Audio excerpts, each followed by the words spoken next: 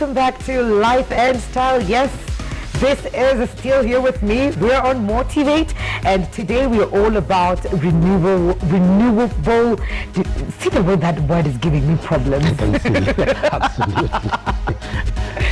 Okay, I'm going to do that again later on. But right now, though, we've got Dr. Agan in the building, and he's going to be telling us all about this. So what is this made up of, and how do we draw our inspiration and motivation from what he does?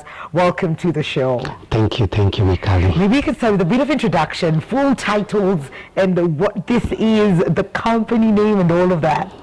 Thank you. My name's Dr. Agan Oscar, and I am the CEO and founder of Corec. Corec, the longer version is Continental Renewable Energy Company, and it is a social enterprise that transforms your waste plastic into building hardware. Well, that's what we're actually holding. Yeah. A fencing post that is used for doing what you call your demarcating your parcels of land. Yeah. We've got roofing tiles that are made from your garbage, and all this is partly to play the role of cleaning up your environment. Other than that, it plays the role of giving you affordable building material. And on the other side, we work a lot with the youth who go around collecting waste, but you never ask where the waste goes to. Yeah. Most of it ends up with us to be recycled into building hardware. You know, I'm looking at you, and this smile cannot get out of my face, thinking that this is those plastics we throw in the bin. Absolutely. How do you even get to this? And probably what were you trying to do, or what inspiration did you have to get into renewable energy? As a social enterprise, basically we are to transform what is a challenge to the society into bringing some benefit, getting some benefit out of it. Yeah. I've been based in we are based in Kariobangi South, and it's not a very clean environment. Every meter away there is always plastic there. Yes. It's not too far from the dam site either. And what happens is that I saw an opportunity a couple of years back of changing or cleaning up that plastic, or using that plastic to do something useful with it. And in the process, I tried extrusion. Extrusion is actually melting them physically in a big pan to see what could come out of it, and then pour it into a mold. As a machine fabricator, basically, that's my passion. And my passion is engineering, but my training background is public health and project management. So, as part of what I am supposed to be doing, ensuring that the environment is clean, I saw an opportunity to recycle what would be garbage today into affordable building material, and that's a fencing post. This is a fencing post, guys. That's a fencing post. This you use to make sure that no people get into your home. This is a post that's made. Is it just plastic? What else do you put in this? We blend plastic. It's an innovation where we blend plastic with sand. Okay. To come up with this, and it's a very unique product, not just in Kenya alone, not just in Africa alone, but worldwide, because it's a new alternative building technology or building material. And you were telling me if wait for it, if my V8 absolutely, yes, it's so hard. Yes. It can take very high stress levels. Whoa. You could run your car on it and it still won't break. Yeah. And we'll give you a warranty of about 20 years. It doesn't biodegrade, it doesn't burn, it doesn't translate what you call it doesn't transmit what you call thermal heat. Yeah. And you can safely harvest your water to drink from it. Safely, clearly. Absolutely. Wow, that is a really, really mind-blowing, and to think that the environment is the first thing that came to mind for you to be able to create all of this and look for a way to just, we need a cleaner and safer environment. Absolutely. This is really, really admirable. But the other thing that comes into picture is you cannot do this alone. No. This means that this is also a job opportunity. Yes. What happens is that we've got about 300 youth spread across Eastlands. We're talking about Moja, you're talking about Kariobangi, you're talking about Mathare, you're talking about Korokocho, you're talking about Dandora. We've clustered them into what you call self-help groups, so that we bring in some what you call structures. Now, we've trained them on different types of plastic that exist. There are very many types of plastic. Oh, yeah? There are very many types of plastic. And we've trained them, and a lot of them can be able to identify the type of plastic. And we've also empowered them with support from some NGOs and foundation. Give them basic machinery, like what you call a crusher. They collect the plastic from your house, they clean it, sort it, and crush it, and then they deliver it to our factory, which is based in Kariobangi South, and that's where we mold it. So the 300 youth every month deliver between 35 tons to 40 tons of plastic, and we pay them per ton upon delivery, and that has changed them from the former what I'd call street boys and nagas or prostitutes into what I call today micro entrepreneurs, because they're doing wonderful work. That is really good. I'm imagining 35 ton, if I'm paid per ton. Per ton, yes. And that's really, really a good amount of money. Absolutely. Yeah. They've now moved from magas, and it's changed their lives. Yeah. And the sense of responsibility. The sense of responsibility. A lot of them say like they have families now they look after, and even if I have to walk on the streets of Kariobangi whatever time it is, I'm not worried that someone's going to mug me. They call you, hey, you can see a small governor there. Yeah, they call you that. Absolutely. Do you intend to go that direction? No. I'm a social transformer. That's but what motivates me here is having known them, because I've been in Kariobangi for a long time, having known what they were before and seeing what they are today. And other than just delivering plastic, we've also trained them on fabricating machines, because that's part of our other business that we do. And they make machines. They're better off than many university graduates, for information. Goodness, that is beautiful to see, because the environment, and now we have our children who are going through life transforming, a theme for them. That is really, really good. Yes. And why plastics? Plastic is a big menace, not just in Kenya alone. Plastic is a big menace. Plastic is a menace in the sense the way it's disposed of. As a product, it's gold to me. But on the other side, if it's not disposed of in a structured way or in a responsible way, then it can be a disaster. So we are using that disaster, whatever that looks to be a disaster, to provide something that will be able to house you affordably. And that is why I call it gold. Many Kenyans are yearning to live in decent houses. But the challenge they face is that the cost of those houses are quite high. And it's not rocket science why the costs are high. The costs are high because the building material is all imported and it's expensive. So with the introduction of what we call the composite material, or a resin, from those who understand science well, then they should be able to have an alternative building material which will give them a decent and something that they can afford comfortably. We're going to get to the comparison of a brick tile and all of that, but I'm thinking about this post. I've seen my dad put trees around, to demarcate his parcel. Yes. And the mutua. You know that animal, that insect. What is it? It's got a termite. The termite. It's terrible. Like, I've seen trees go down left, right, and center, and now they ended up putting, stones up. Absolutely. And if you knew about this, because I don't think mutua would.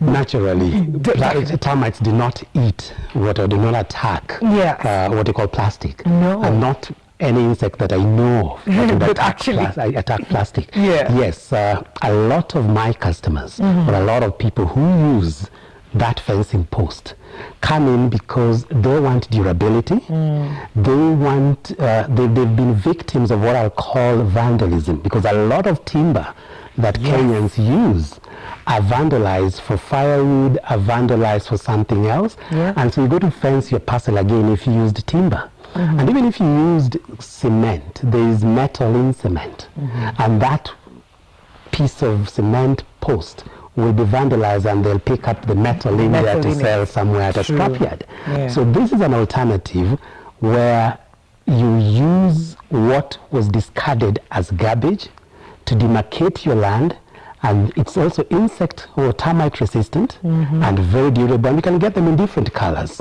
Absolutely. Very, very beautiful. Yes. How long has Korek been in operation? Korek commercially Korek has been in operation for this is the 4th year, but for a couple of years back we were still doing what you call the research and product development, and also went through the process of patenting the process, the whole process patented. It's because we are looking at a situation where we will, if you want to start it up outside Nairobi in a different country, we will give you equipment, and we'll also show you the technology on how to clean and use whatever resources that you have there. A very important role that post plays is saving our trees. We are below, as a country, we are below what you call the UN benchmark of 10% forest cover. We're at about 7.27%.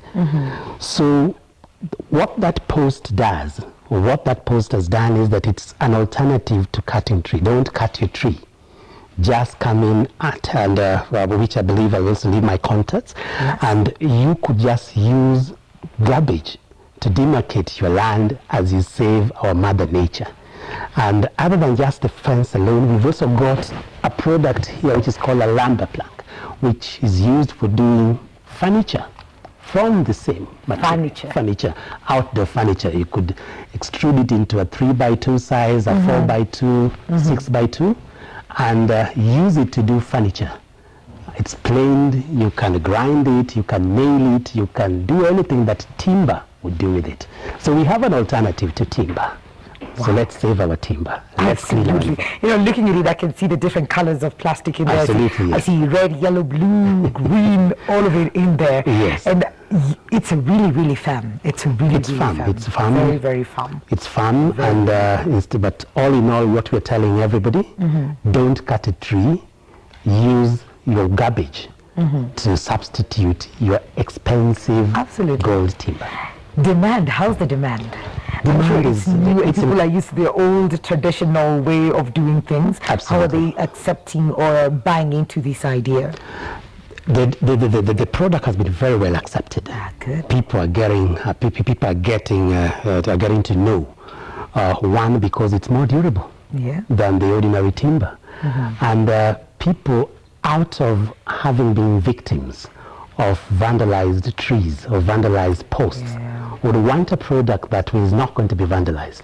So the demand is good. It's high. We run a factory that goes on 24 day and night, and we are also going to increase what you call our production output from May, so that we can be able to cope with the demand. There's high demand for this because they are a lot more affordable or durable, and they are the emotional aspect of it, that you're using what would be garbage to house or demarcate your land, is also a driving force. Yes, it is. Yes, it is. Absolutely. Totally. Right. That is very, very true. Yes. And when you look at some of the things that Kenyans, we're more aware of not throwing plastic outside the window now.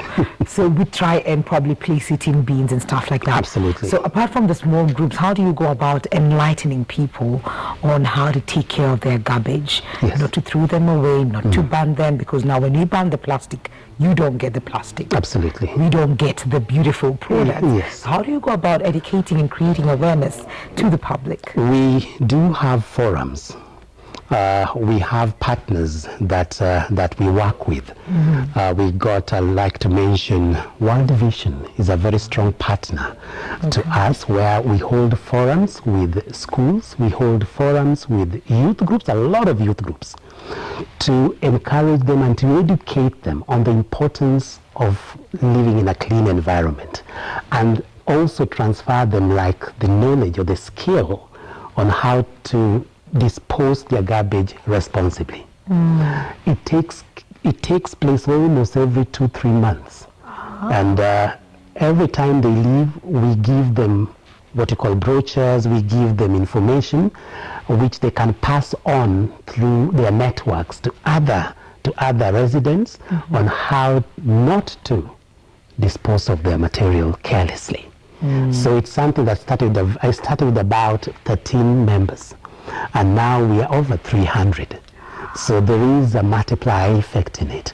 But what I'm happy to see is that people are changing from the careless disposal to a much more responsible disposing of their material. Yeah, because so it means that it's moving. Yeah, because you would see someone right now, they will hold on to that plastic. Absolutely. They're taking their soda, but they will not just throw it anywhere. No, they'll not throw it. They will look for a bin and put it inside, which makes eating even easier for you to be able to get that. Absolutely. And let's talk about the prices. Yes. So, because I'd mentioned that earlier. Absolutely. This comes in as an affordable alternative to the normal tiles and bricks that we use. Absolutely. And the mabatis and everything. Yes. So how much is this if at a retail price?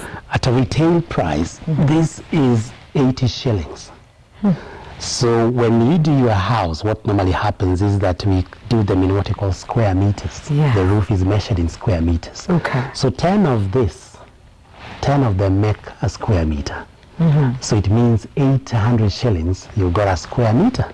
Oh. And that is much more affordable compared to the alternative steel sheets or what you call clay or cement. It's a lot cheaper. And the other thing is that other than the price, Kenyans are very sensitive about prices. Very. And the quality. If you use the other alternative material like cement or clay, then they do change color after some time because of oxidation or because of biodegradation, which doesn't happen with this. Plastic, naturally, we have what you call a UV stabilizer in it that enables, it's a compound that enables it to be preserved for long under different climatic conditions. But the price and the quality is something that is attractive, and that's what drives a lot of customers who troop to us for an alternative material or alternative hardware. That's really not. That's really, really impressive. And if you've not bought into this idea, I don't know what you're waiting for, because I'm sold, totally sold. And speaking to you, I figured that you're very, very passionate about the youth, the young people out there, and what they're up to, what are they doing with their time. And you get to try, when you get time, you try to motivate them and encourage them on the right direction to take. And you've also talked about the youngsters you've seen growing up and what they've become since they got into the business. Absolutely. Which is a really good thing. Yes. And after that, do you mentor them in terms of, now you have the money, how do you handle this and the responsibility that comes with it? Absolutely. But before what we first do is carry out an assessment. Even though most of those that we worked with were serious drug addicts before. From a bit of a medical background, we'll try and educate them on changing their lifestyle. Stop sniffing glue. These are the effects. These are the challenges. We have an alternative of what you could do, and then in the process, we take them slowly through a process of education or empowering them with a skill. Now, they'll not change overnight, but the fact that we bring in others and register them, help them register to be what you call a self-help group. Then that encourages them, like they have people who they consult with, and they are motivated, and they share the experiences, and at some point we also do what you call provide them with basic needs, like sometimes food, so that they can stop doing what they were doing before and to look at life from a positive angle. If they come into our program, the fact that they're exposed to some meal at the end of, in the course of the day, gives them some comfort, and then structure them into what you call a registered self-help group. Take them to introduce them to a microfinance, where we tell them, like, if you bring us this within a specific period of time with this quality, we pay you so much. And we encourage them to also have bank accounts, or what you call MFI accounts, and we pay them, and they become people who can now use an ATM or an access card to go to the bank. So they see like they're changing their lifestyle. There's some hope that we bring them. So other than that, we also nourish them spiritually on the advantage of being spiritually aligned to some maker. Absolutely. Yes. And you know, when you do that, you're not just touching a life, Daktari. No. You're touching their brothers, their sisters, their mothers who probably given up on them. Yes. And so that becomes a whole community of people who now look up to you in terms of motivation and inspiration, and like a father figure to most of these children. Absolutely. So big up yourself for being such a huge inspiration to the youth in Kariobangi. Yes. Challenges in the business. What are some of the challenges that probably you go through? Some of the challenges, there are challenges. Yeah. This is a capital, what we do is a capital intensive business, because you got to heavily invest in machinery. To produce a tile like this, I think the process will go through about 7 or 8 machines, which cost quite a lot of money by ordinary standards. And that is a challenge to somebody who's just starting. Okay. But how we encourage or ramp up all these youth into it, we've partnered with the NGOs to what you call World Vision. Yeah. There is M-Pesa Foundation. There is the Chandaria Foundation too. Oh, okay. So they've seen the good work we do. So once the youth comes in and we've identified a specific group, then they'll offer to finance part or to donate equipment for those youth to do something. And that lifts off the burden of us providing them with machinery. So it's a culture that is slowly building thanks to those foundations that support us. But we had to start from somewhere. And then they came in and say like, yes, we've seen what you are doing. Can we support you also? And that is what drives us through. The other challenge is that you've got to be very patient with in the informal people, the informal youth, because a lot of them either dropped out of school, or a lot of them have never been to school or lived with people as a community. And now you've got to be very patient in trying to empower them with some life skills. Getting that knowledge to sink into the brain, to be translated and seeing something positive out of, is a whole process. You've got to speak their language. Yes, you have to change them. So those are some of the, you've got to be very patient.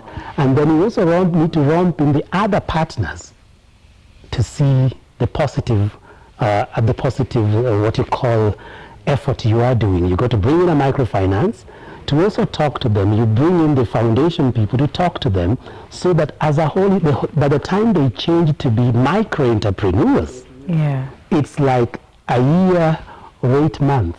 So you've got to be very patient.